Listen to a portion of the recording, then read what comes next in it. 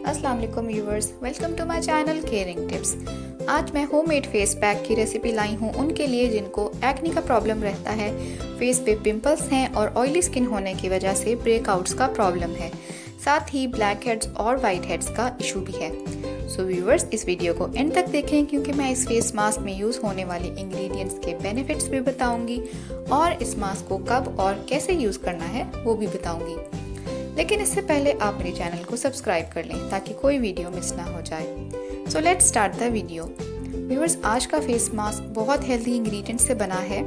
इसमें मैं एक बहुत अहम चीज़ इस्तेमाल कर रही हूँ जिसे हम वेस्ट समझ के इस्तेमाल नहीं करते, लेकिन उसके स्किन पे अप्लाई करने के बहुत ही ज़्यादा फ़ायदे हैं। वो मेन इंग्रेडिएंट है व्हीट ब्रान यानी कि गंदम के आटे का भूसा। जब हम घर में आटे को गूंदने से पहले छानते हैं तो जो भूसा रह जाता है, जो व्हीट ब्रान रह जाता है, उसको यूज़ करना है इस मास्क की प्रिपरेशन के लिए। और भी नेचुरल इंग्रेडिएंट्स यूज़ कर रहे हैं इस मास्क को बनाने के लिए, जिनके बारे में मैं वीडियो में आगे चल के आपको बताऊंगी। पहले मैं इस मास्क के कुछ बेनिफिट्स आपके साथ डिस्कस करूंगी। इस मास्क में जो व्हीट ब्रान यूज़ हो रहा है, जो आटे का भूसा यूज़ हो रहा है, उसके बहुत अच्छे इफ़ेक्ट्स होते हैं फेस पे अप्लाई करने से। ये कमाल के रिजल्ट्स देता है और ऑयली स्किन के लिए बेहतरीन है क्योंकि इससे एक्ने और पिंपल्स रिमूव हो जाते हैं, ख़त्म हो जाते हैं और एक्ने स्कार्स और पिंपल मार्क्स भी रिमूव हो जाते हैं, निशानात मिट जाते हैं। वाइट हेड्स और ब्लैक हेड्स यानी कील मुहासे भी ख़त्म हो जाएंगे इस मास्क को अपने चेहरे पे लगाने से। इस मास्क को आप एक्सफोलिएटर के तौर पे भी यूज़ कर सकते हैं क्योंकि इससे डेड स्किन रिमूव होती है और व्हीट ब्रान जो है वो बहुत अच्छा एक्सफोलिएटर है, आपकी स्किन ग्लो करने लगेगी। व्हीट ब्रान में एंटीऑक्सीडेंट्स पाए जाते हैं और इसके मुसलसल इस्तेमाल से पिगमेंटेशन ठीक हो जाती है, दाग धब्बे मिट जाते हैं।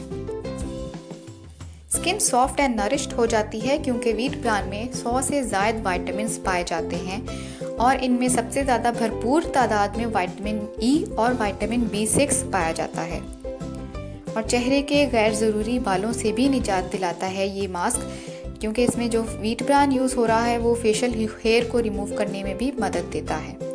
एंटी एजिंग प्रॉपर्टीज़ हैं इसमें और ये रिंकल्स को कम करता है, एजिंग साइंस को कम करता है। जिन लोगों के फेस पे एक्नी नहीं है वो भी इस मास्क को अप्लाई कर सकते हैं क्योंकि इसके बेशुमार फ़वाइद हैं। ये सिर्फ एक्नी ही नहीं रिमूव करता बल्कि और भी कई तरीक़ों से स्किन के लिए फ़ायदेमंद है, जैसा कि मैंने आपको पहले इसके बेनिफिट्स बताए हैं। यहाँ पे मैं एक इम्पॉर्टेंट टिप देना चाहूँगी कि जब आप इस मास्क को एक्नी प्रोन स्किन पे अप्लाई करेंगे तो आपने ज़ोर से नहीं रब करना इस मास्क को रिमूव करने के लिए। जब मास्क ड्राई हो जाएगा तो आपने सिंपल पानी से इसको धो लेना है, रब किए बगैर, क्योंकि रब करने से जो एक्नी प्रोन स्किन होती है वो डैमेज हो सकती है। और अगर आपको एक्नी नहीं है तो फिर भी आप ये मास्क यूज़ कर सकते हैं। इसको आप एज अ स्क्रब यूज़ कर सकते हैं, एज एन एक्सफोलिएटर यूज़ कर सकते हैं और अनइवन स्किन टोन को इवन करने के लिए भी यूज़ कर सकते हैं। फेशियल हेयर रिमूव करने के लिए भी यूज़ कर सकते हैं, जैसा कि मैंने आपको इस मास्क के बेनिफिट्स में बताया था, जो पहले मैंने डिस्कस किए थे इसके बेनिफिट्स। अब मैं आपको बताऊंगी कि इस मास्क में कौन से इंग्रेडिएंट्स यूज़ हो रहे हैं, इसे कैसे बनाना है और इसे कब और कैसे यूज़ करना है। तो चलते हैं इंग्रेडिएंट्स की तरफ। इस मास्क को बनाने के लिए हमें चाहिए 2 टेबलस्पून व्हीट ब्रान, 1 टेबलस्पून मिश्री पाउडर, 1 चुटकी हल्दी, 2 टेबलस्पून रोज़ वाटर। अब चलते हैं इस मास्क की प्रिपरेशन की तरफ।